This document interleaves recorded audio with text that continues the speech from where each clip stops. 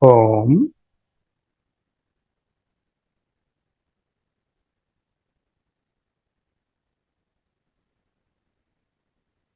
Yam Hina Vyathyantiyete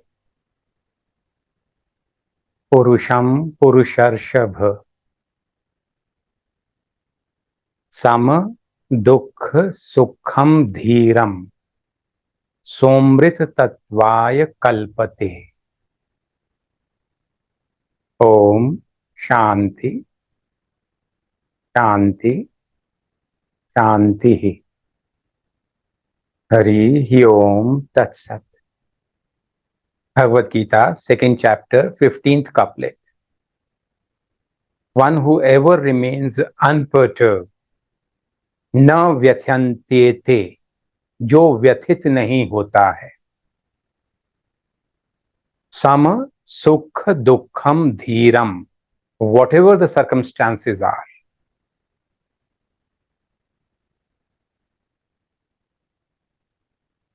somrit tatvaye kalpate, he deserves the eternal nectar of the self, of freedom.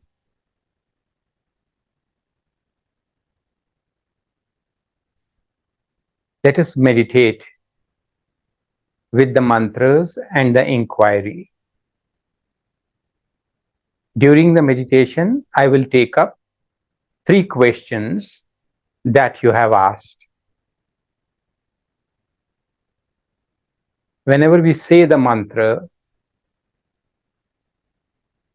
the idea is that we embrace it in that moment completely, fully.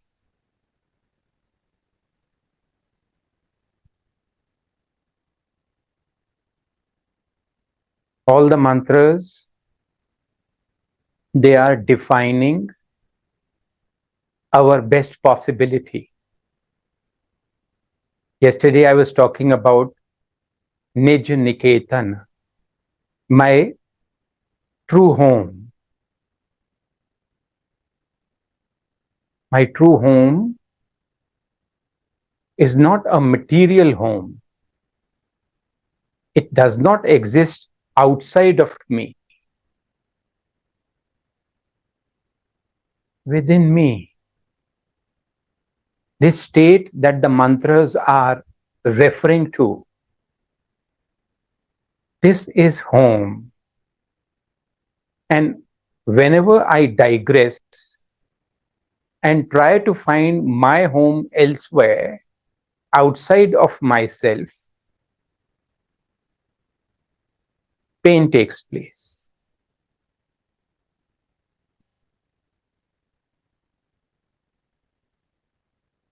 Restlessness happens. I lose my center. I actually lose myself. So let us practice the mantras. When you say the mantra, you do it with understanding. You know what you're saying. You do it while embracing it in your life, assimilating its meaning, and living it in the moment when you are saying it. If thoughts occur, you know how to do the inquiry and release the conditionings, the thoughts. Pure joy is pure observation. Shuddhanand, Shuddha Drishti, pure observation, objective understanding.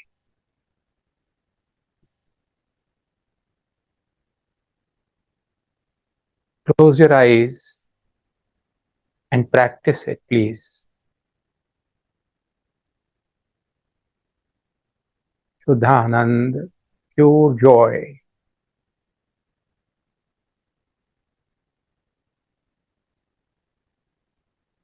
Now, right here, objective understanding.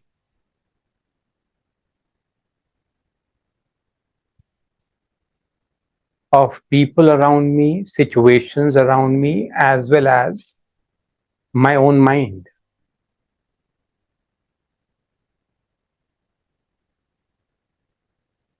Detach from the various patterns that arise in the mind. Be a witness, pure observation of the patterns.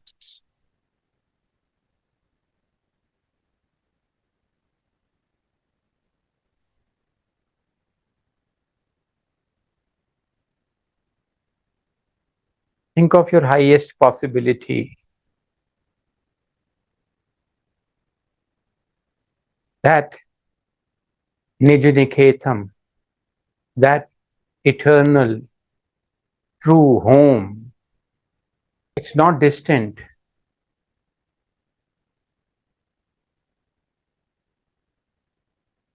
When I believe that it is distant, it becomes distant.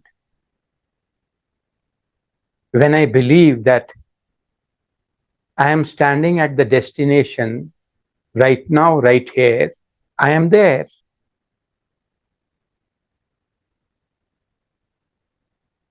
It's a state of the mind, my freedom. And today is the best day for achieving it. Right now, right here, the best time. This place, this chair or sofa on which I am sitting, this is the best place.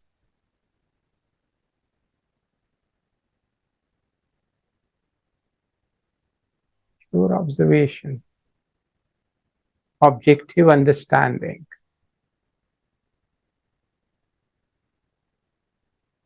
How nature has created us all. How nature has injected such marvelous qualities in us all, in all the manifestations. The rose has its own fragrance. Apple has its own taste. An onion cannot taste like an apple. They have their own properties. Let me not expect the apple taste from an onion. When I do so, I become so restless and I suffer. Let me read out your question. S is asking,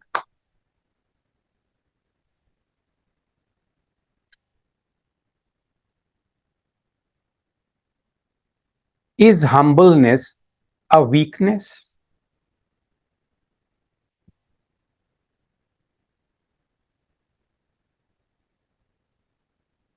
In this corporate, cosmetic world, it is considered a weakness.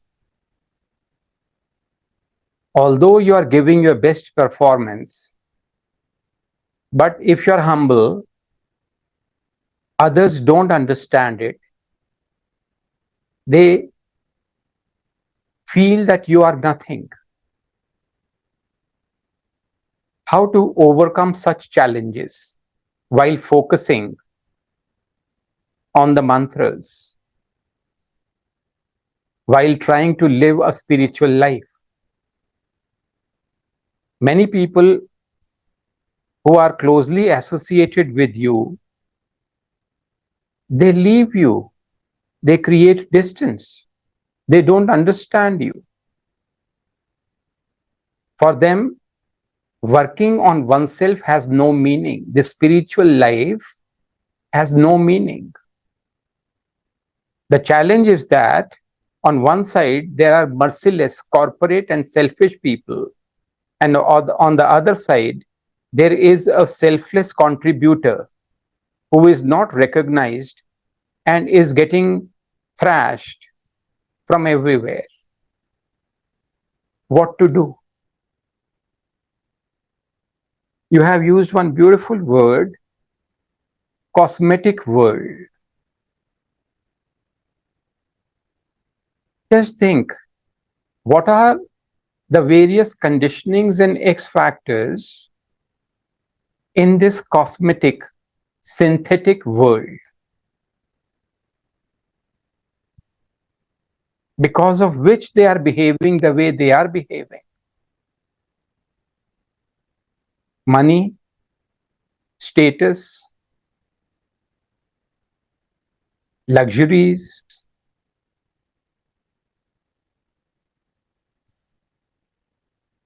sensual pleasures.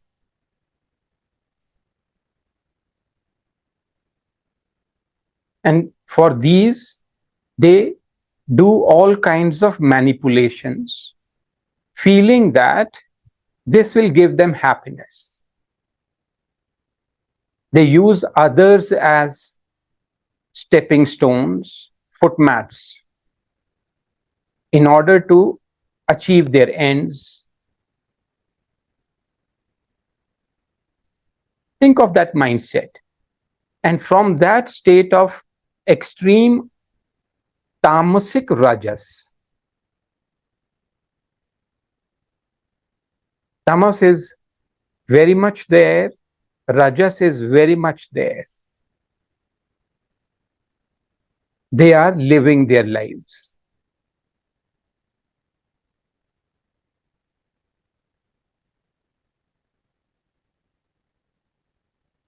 And it is something that we should not be afraid of or detest, hate. This is how, especially for US, Divine Mother has manifested herself. The Adya Shakti, the primordial power, has manifested herself in this form. Instead of making it emotive understanding, emotional reasoning that you're doing in your mind, now convert it into objective reasoning. That's what is called Vivek, clear discrimination.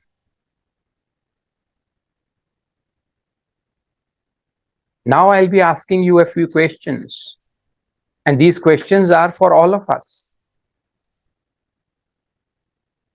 And give the replies in your mind.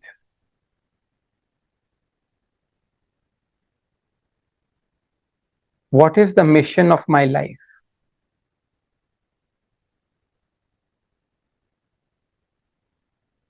Am I living with a mission, or it's just a random vegetative existence?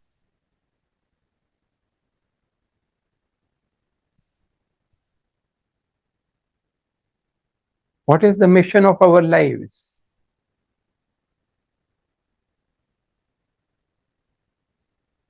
The other question that R has asked, despite having everything, I feel empty.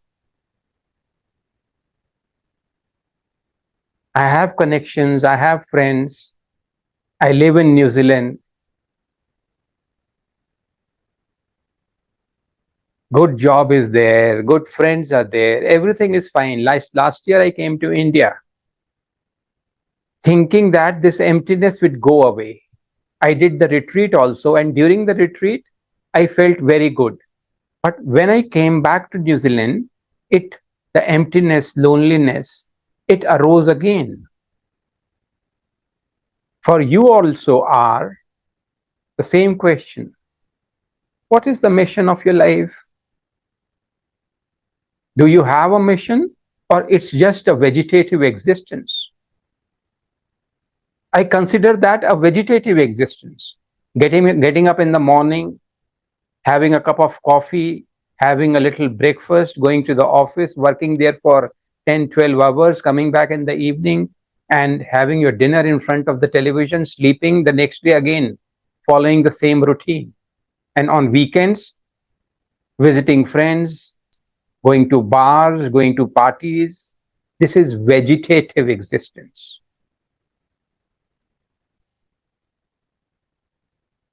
What is that couplet? Nanak's couplet. क्या कहते हैं नानक? नानक दुखिया सब संसार, सो सुखिया जो नाम आधार. The entire world is suffering. It's only the one who has attached himself with the eternal, with the self, with the name of the Lord, Nanak is saying, but we can take it in the way we want. The self, the devotion, the truth, the eternity, the divine. So for both R and S and for all of us, what is the mission of our lives?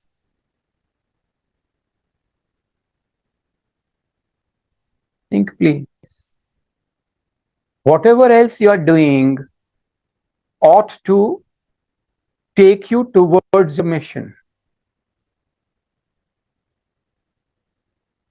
And is it an external mission or an internal mission? External missions give you relief. Internal missions, they give you cure.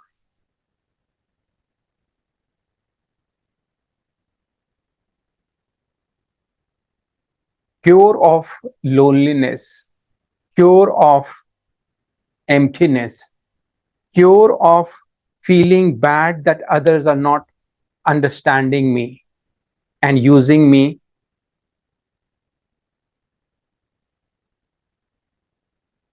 I get so externalized. Bahirvritti itni strong hai hamari that it gets affected by the society.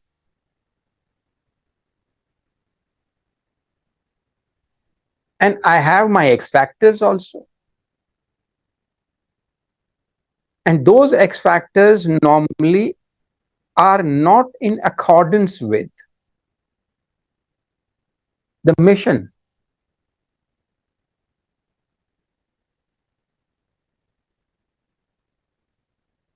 In a way, I am living two lives.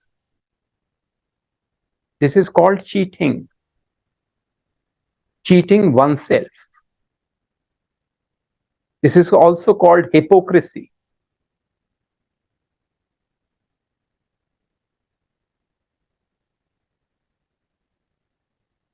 So what is the mission of my life? What am I doing to achieve it? All of us have done the retreat. How many of us are sitting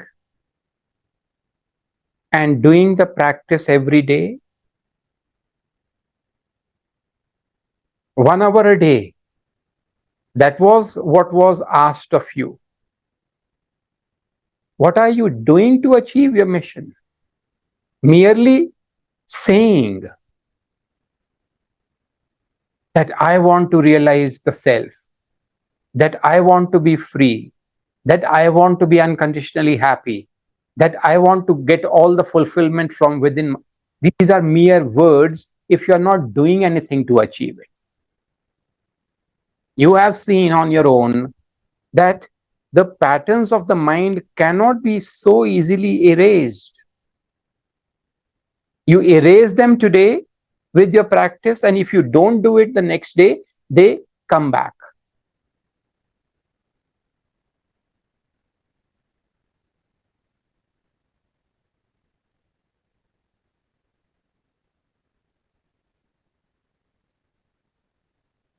You cut the sapling of a tree, say the peepal tree, Ashwatha, or the banyan tree. As soon as you cut, within 2-3 days, it comes back. Unless you remove it from the roots, it keeps coming back. The same with the mind also. As Sri Ramakrishna would say that there is a lake on which there is that green algae all around. It has covered the entire lake. You want to see what is at the bottom of the lake, and you remove that algae a little. And within no time, it comes back dancing. What am I doing to achieve the mission of my life? I practice for a day, or I join a retreat and do some work there, feel good about it. I remove the algae, and then I forget about it. It comes back and covers the lake again.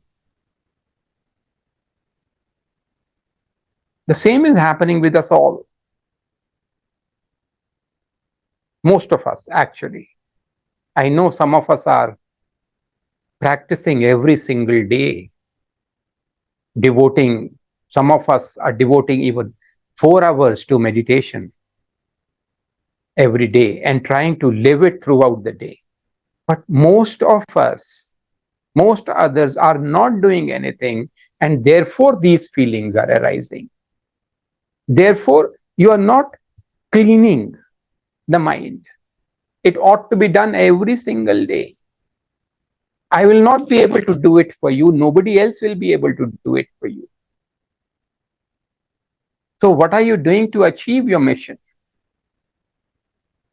Do I consider others as hurdles in achieving the mission?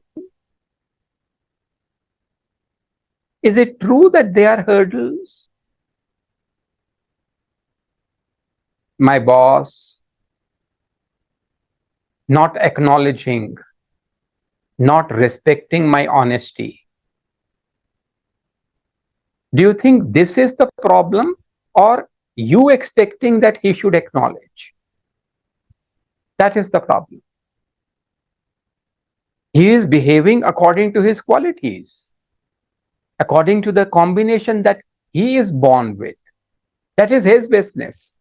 But where do the expectations reside? Because of which, as you feel hurt. The expectations, they reside in your mind. You have to let them go from there. Ask yourself, who would you be if you let go of all expectations from your colleagues and your bosses and just follow your dharma with utter honesty and love?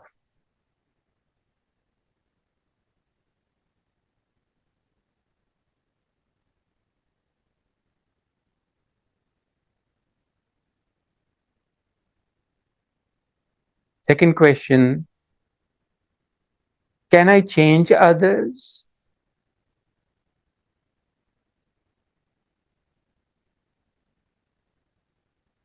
Ask yourself, can I change anybody?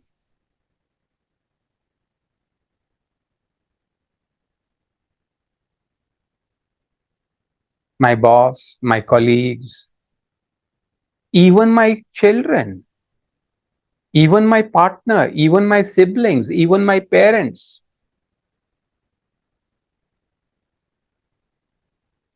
The mind is like an engraving on a stone. The habit patterns, the X factors, the conditionings that most of us have,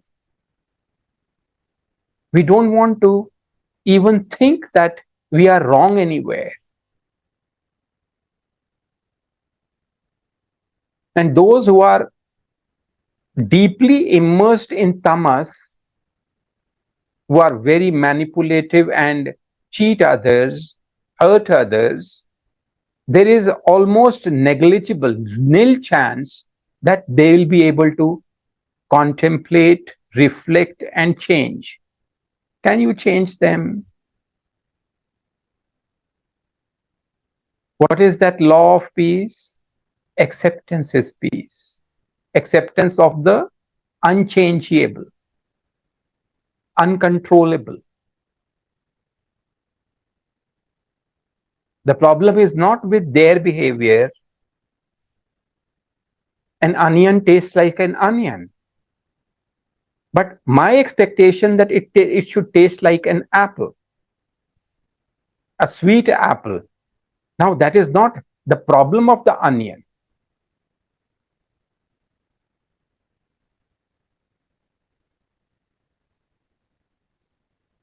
That is my problem.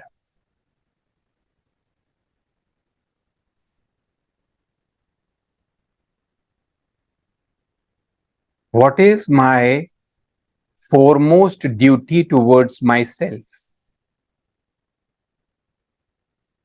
Changing others or changing myself?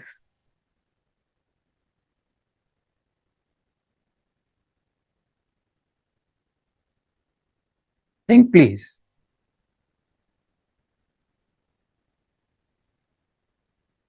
And R, the same question for you also. What is your foremost duty towards yourself? You have already lived half your age, 35, 40 years. Half is left. What is your foremost duty towards yourself? Considering the external world as reality and trying to find one's fulfillment through it, nobody has been able to do it in the history of the world. The real solace, lasting peace, you get only when you experience the self, experience and get established in your identity with your divine nature. And that cannot happen until the mental formations keep distracting you, disturbing you, cause suffering in you.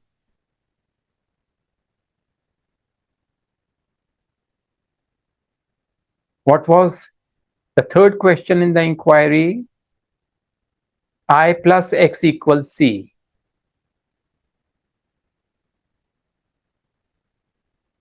What is the turnaround? Living for completeness or living from a completeness? What is it that I want from myself? I equals C. This is what I want. Think, ask yourself, if I let go of all the X factors, all dependence and all expectations, how would I feel? Imagine for a moment, all thoughts gone, all wrong notions dropped, all conditionings dropped, all societal programming you have detached from. How would you feel? That people should behave in this manner, gone. That people should respect others, especially if others are humble. Who has told you that they should do it?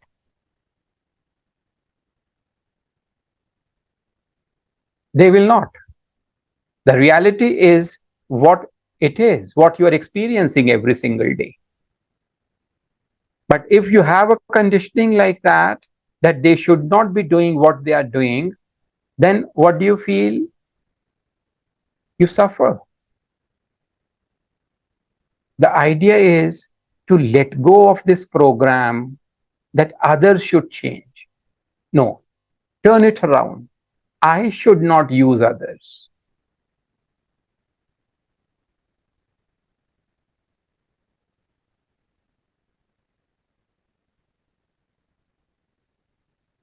I should accept everybody the way they are and stop interfering or feeling bad. If you truly accept, you don't feel bad about anything.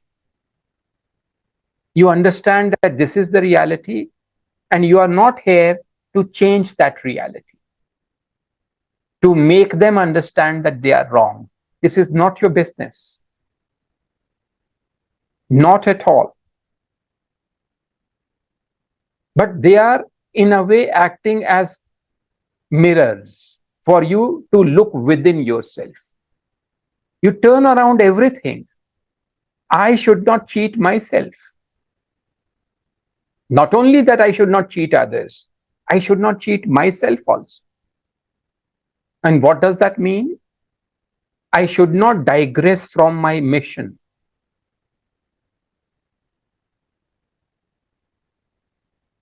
Like an arrow darting towards its target. That is how I should be living my life. And same for you are. That is how one ought to be living one's life. These feelings, I am feeling lonely, there is emptiness, these are only mental formations. And mental formations, you are free to let them go. It's only when you believe in these mental formations that you suffer. And you have the choice not to believe. You have the choice not to remain lost in these formations.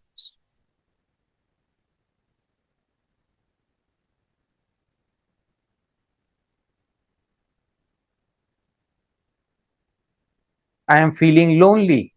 Turn it around. I'm feeling good within myself.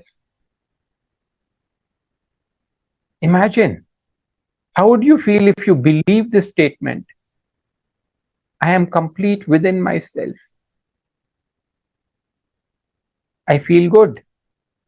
No, that is one thought. This is one thought. Why do you have to choose that thought? It happens because we are not questioning our thoughts, our feelings. We all the time get carried away and start believing them. Happiness, it happens by choice. You need to have strong determination, clarity. You ought to be passionate about it. Then you will be doing the work on yourself. Otherwise, it will be vegetative existence.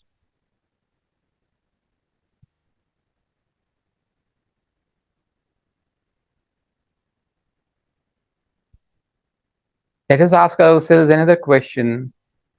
Do I understand that I cannot have the feelings of one, I want to be accepted by people around me, and two, peace simultaneously? Expectations and peace, they cannot exist simultaneously in the mind. Whosoever it is, this is the nature of the mind, that whenever you have causal feelings, you ought to have, you will certainly have the consequential feelings as well. Expectations are there, pain in one form or the other will be there, because nobody will be able to fulfill all your expectations.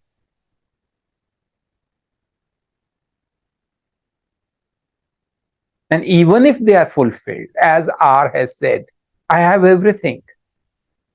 And yet that loneliness, that emptiness is not going away. It is still there, because these things that you were imagining at one point of time in your life would give you fulfillment. The understanding itself was wrong.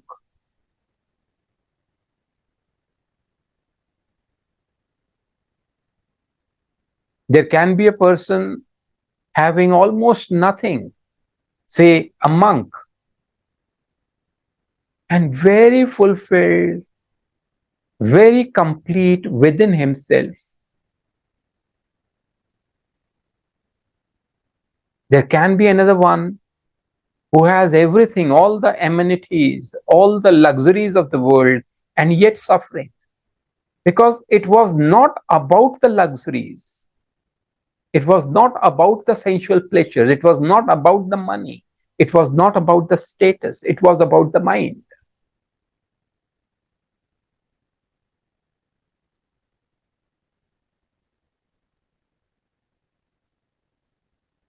So peace and expectations don't go together.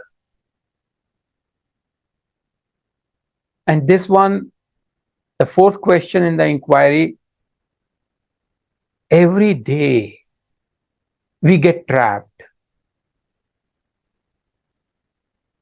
The conditioning, our dislike of tamas. Rajas, we are still able to tolerate, accept. But tamas, people cheating, people confused, people callous, people perpetrating injustice, people irresponsible, people procrastinating, people blaming unnecessarily, people irrational, people stubborn, people manipulative, people disrespectful, people unnecessarily irritated or angry, people criticizing others for no reason.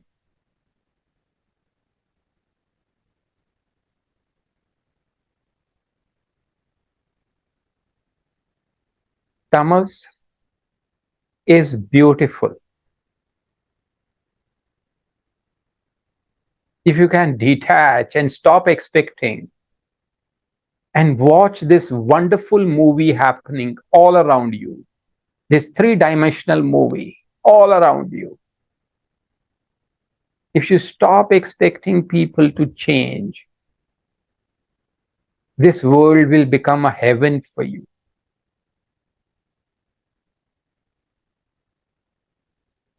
And if you keep expecting, this is a hell. Heaven and hell, they exist in my mind only. I can be the most happy person on the planet now, or I can be the most miserable person on the planet now. What are the conditionings that I am living with?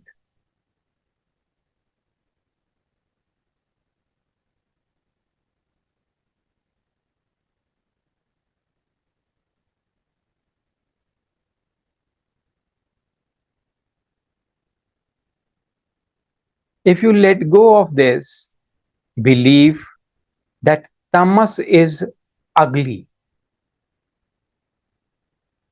how would you feel?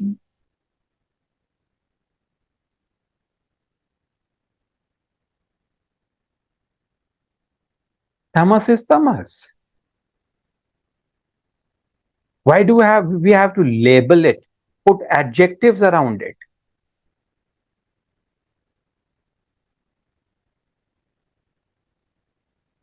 It is how it is. I accept it.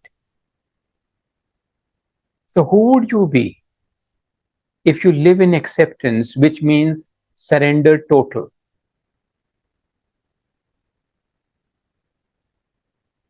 You have to do the work in that corporate world. You have two kids. You have a family to support. Now they'll be going to college. You need money for that. So instead of fretting about the environment over there, from the most practical standpoint also, you need it. So why can't you do it from I equals C? You are doing that job because you need money. Otherwise, you are not a fool that you would be going to that office every day. You need money. And also understand that wherever you will go, you may get similar people at other places also. You resign from here, go elsewhere. What is the guarantee that you will get Buddhas working in that office where you go to? Tamas will be there everywhere, Rajas will be there everywhere, and in some quarters, some Sattva will also be there. Again, the main thing is working on oneself. And this job is giving you an opportunity. Your needs are getting met. Don't take it to heart. जाने दो यार. Take it lightly.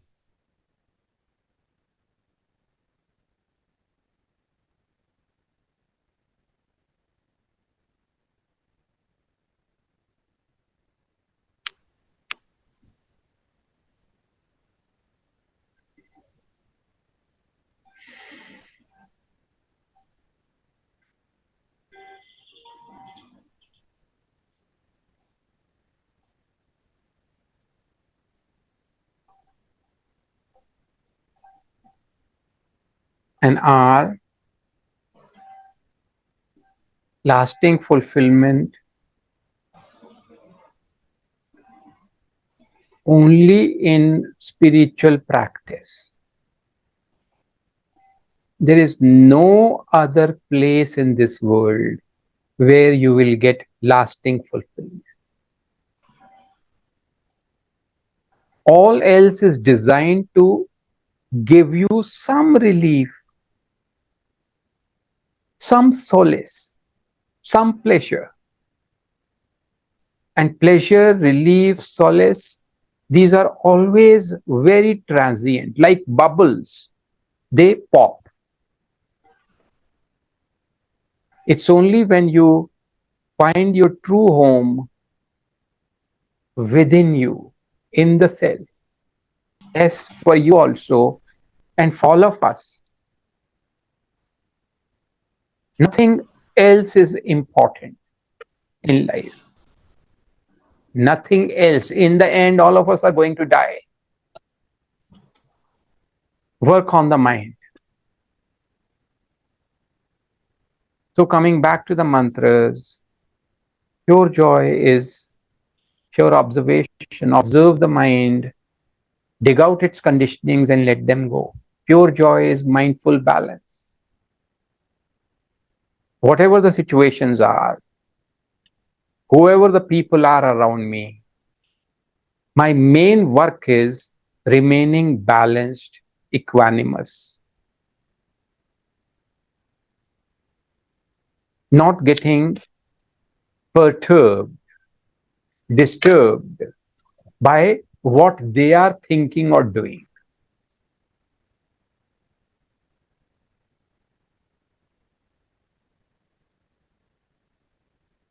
Pure joy is total acceptance. Acceptance of the three qualities. Acceptance of the past, present, and future.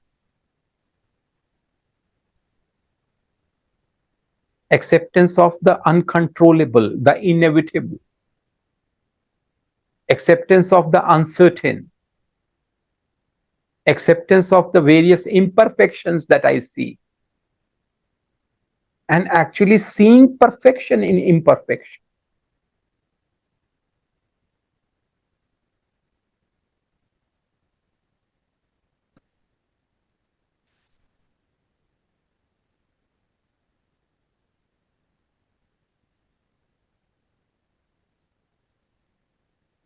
Pure joy is peaceful completeness, completeness within oneself. Letting go of the notion that anything else will make me complete. This is wrong. खुद में कमी मान रहे हैं तो कमी लग रही है, नहीं मानेंगे तो नहीं लगेगी. It's all about your beliefs.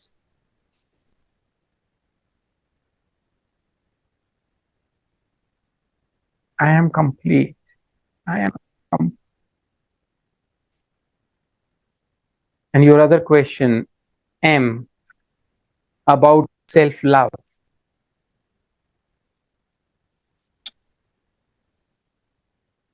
I have a list of questions for you. You have to write them down and send me the replies ASAP. This was arising even during the retreat. And I am hearing from the question that you are still not practicing or practicing half heartedly. So write down these questions, please. What is triggering these feelings of self doubt or difficulty in self acceptance and self love? What is it that is triggering it? Are there specific events or experiences from the past that might be influencing your current feelings? Are there incidents or experiences from the past that you are not able to let go?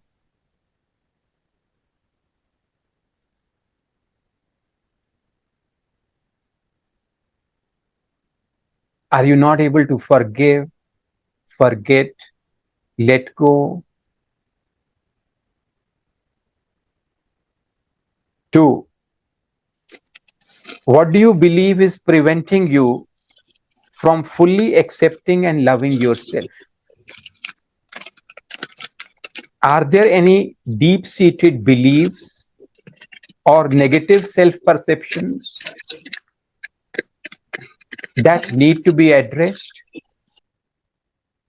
What do you believe is preventing you from fully accepting yourself and loving yourself?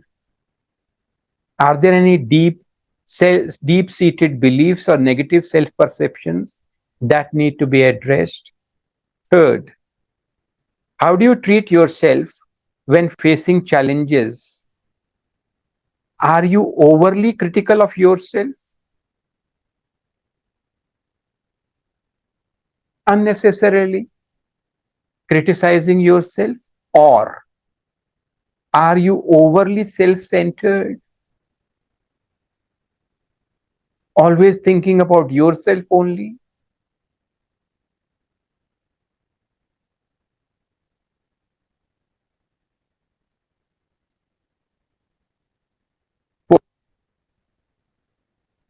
What is it that you appreciate and value about yourself? What is it that you appreciate and value about yourself? Take some time to acknowledge your strengths, achievements, and positive qualities, please.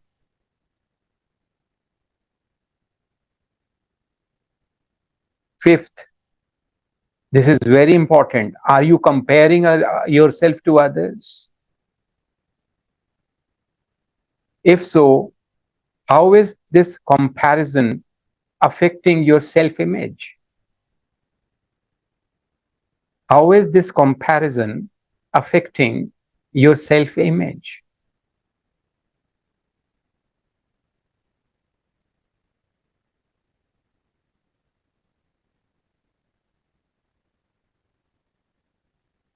Sixth, are there any unresolved emotional issues that might be impacting your ability to love and accept yourself? In other words, are you doing the inquiry deeply or just cursorily?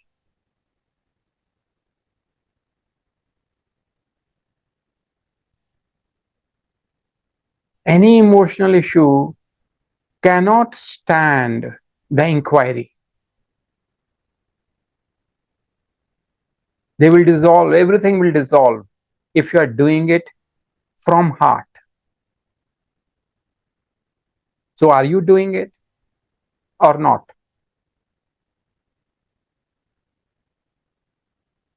Next, are there any negative influences in your life, like toxic relationships, harmful environment, that are hindering your self acceptance?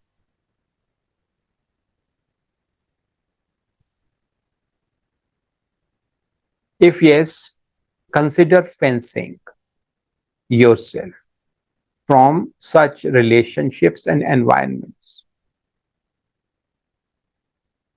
Give yourself space to think clearly. Many times we are not able to think clearly with such people. So having some space will be very helpful. So our fifth mantra, pure joy, is lovingness.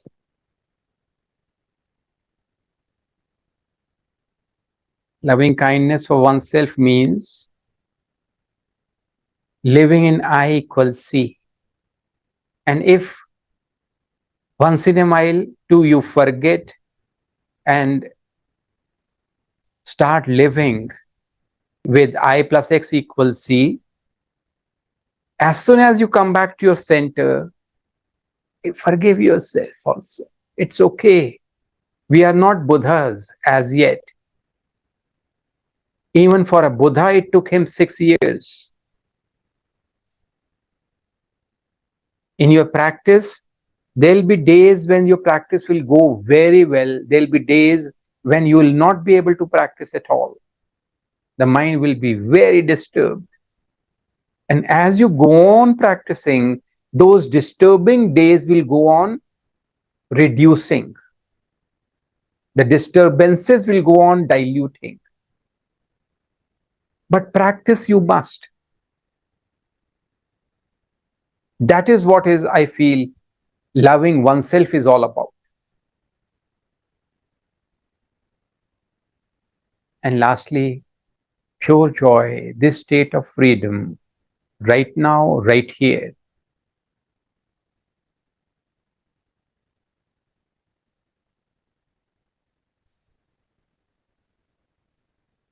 Right now, right here, I am free of my mental conditioning, of all incompleteness equations, of all desires, aversions, and expectations, of all restlessness. I am unconditionally peaceful and happy. I am fully centered in the self, blissful awareness, eternal and immutable. This is my true self. This is me. This is my home.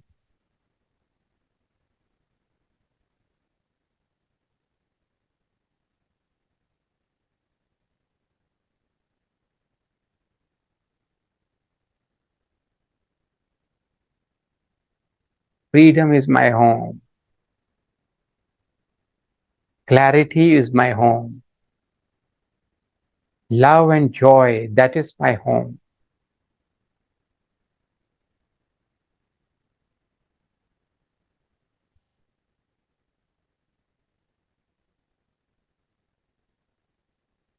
As we finish the session, let us make a resolve. Let us promise ourselves that we will do our best to stay home.